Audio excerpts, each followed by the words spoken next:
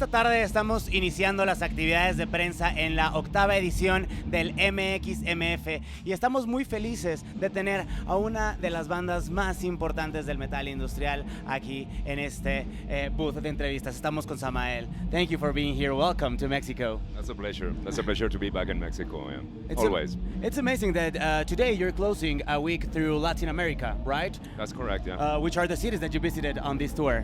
Let me think. We start with Peru. We were in Lima, Peru. For the first time as well, and then we went to Bogota. Mm-hmm. We saw there in the meet and greet. Yes. Yeah, exactly. Santiago, and then we went for the first time in Bolivia with two shows, Cochabamba and La Paz. Yeah. And we're back here in Mexico. It's awesome after a lot of years of career that you still have some places that you play for the first time. That's true. That's great. Yeah. Is it a special feeling?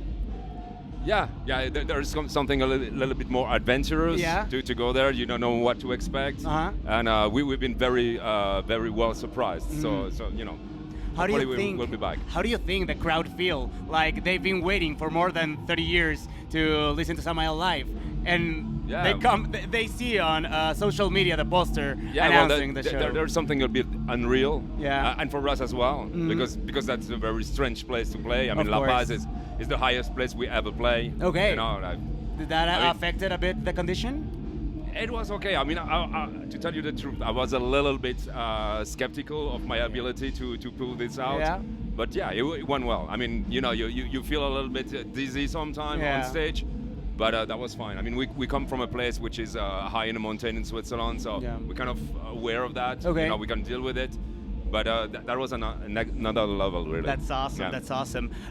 Do you have any special memories playing after all these years here in Latin America, especially Mexico? I mean, probably. Mexico was the first place that we visit. Yeah. I believe the first time was I don't know, 93, 94. Okay. Yeah, Cool. I think so. Maybe 93, I don't know. Okay. But that was a long time ago. Yeah. And, you know, That's when I was born, actually. I mean, you know, every time we came back, that was always a very warm welcome. Yeah. And, this is a special place for us, Mexico. That's very cool. That's awesome. Yeah. And It's you are great welcome to be here. back. You're always welcome here. So we know as well that this continent in general have a very special feeling for extreme metal, especially black metal. So how could you describe your relation to this genre nowadays after all the evolution that Samael has gone through? Well, I will extend that to any sort of music, because I feel, you know, in the South, mm-hmm. people are very much responding to I mean, they're more energetic. Yeah. They're more passionate about the thing. I mean, it goes for football, but it goes also for music, and they're really crazy for it. Mm. And that's a great feeling, of course. As a band, you know, you feel like, okay, they carry you up, and you give a little bit more probably than you would on other occasion. Of course. Samael as a band still have like that passion, that love, or I don't know if the word will be correct, but nostalgia for black metal? I cannot really tell you, because, you know, we've seen people that kind of followed us throughout the years, and accepted the changes. Yeah. Some other they kind of stay, you know, the 2 or 3 the first 3 album. Of course. It's fine. Okay. It's fine. I mean, we would try to have a large spectrum of music tonight. Well, this afternoon, because we play kind of early today. Mm-hmm. But we'll see how it goes. But that's awesome. I'm pretty confident. I actually remember that the first time that I saw you live was in 2009, Monterrey, Mexico. Right. Okay. That was a festival, and what shocked me the most was that you were playing with electronic drums. Yeah, well, that was already quite some time we were doing that when you saw us, because the first time we played with the drum machine was 96. Okay. When Passage came out. Yeah. And since then we haven't moved from that formula. So that was. So how was that evolution? I'm very curious about. How did you take the decision that, okay, we know that the traditional thing to do is playing like acoustic drums. No, let's change it. How was that decision? Yeah, well, usually every changes come in a moment of a crash, in a moment of difficulties. Yeah. And we had a keyboard player that we play with during the time of Ceremony of Opposites. Mm-hmm. And when we left the band, I mean, we kind of faced the challenge to find somebody else. Yeah, okay. And as he was composing all the music, and he could play the piano, of course, because he was composing it. We decided, okay, he could do it, but then we had to find a drummer, and he was against the idea to let anyone, play the drum instead of him. So we thought, well, let's try it, and it's not a problem in studio. Of course. I'm not saying a lot of bands are doing it, but some bands are doing it. It's cheaper and more efficient. Yeah, but, nowadays. But live, it's still taboo. Yeah, it's kind of. And I kind of understand that. I'm okay with it. Okay. But we thought, well, okay, let's do it differently, and it's very merciless to play with a drum machine, because there is no way to fool around. I mean, you got to stay on your mark and go your way. You need to be precise. Absolutely. Yeah. Totally. So also this year you released a live album that it's Passage, the live version of Passage. You recorded this 2 years ago when it was the 25th anniversary of the album?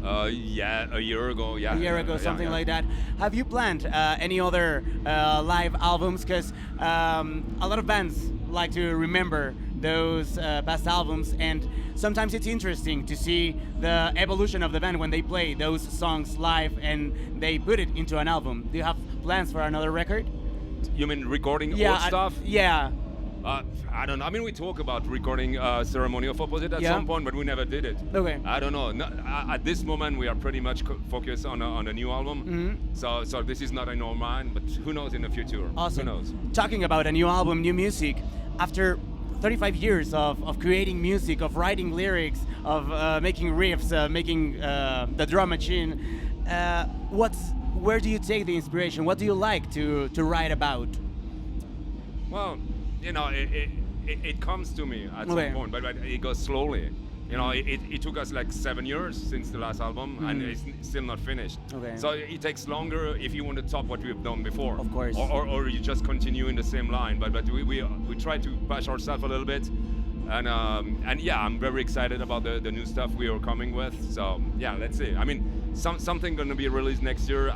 I'm not sure the whole album, but at least 1 or 2 songs. Awesome. And then we see. Yeah. Perfect. That's great to hear that we have some new Samael. And last but not least, what would you say to all the younger fans that are out there and that are gonna listen to you for the first time? Because I've seen some 18-year-old kids that are a lot into metal. What would you tell to them? I mean, check it out. I mean, it's not like I'm not trying to sell anything. Okay. They're here, so they're gonna see the show probably, and hopefully they find something from themselves. There's a large spectrum of music on this festival, even though it's always extreme. Of course. There's different bands with different approach to music. So, there's a little bit for everybody. So, yeah, hopefully they find something in our music as well. Yeah. That's awesome. Well, we know that you have to prepare for your show, so thank you very much for your time. It was a pleasure, man. It was a pleasure talking to you. And aquí seguimos en estas entrevistas que comienzan con Samael en la octava edición del MXMF.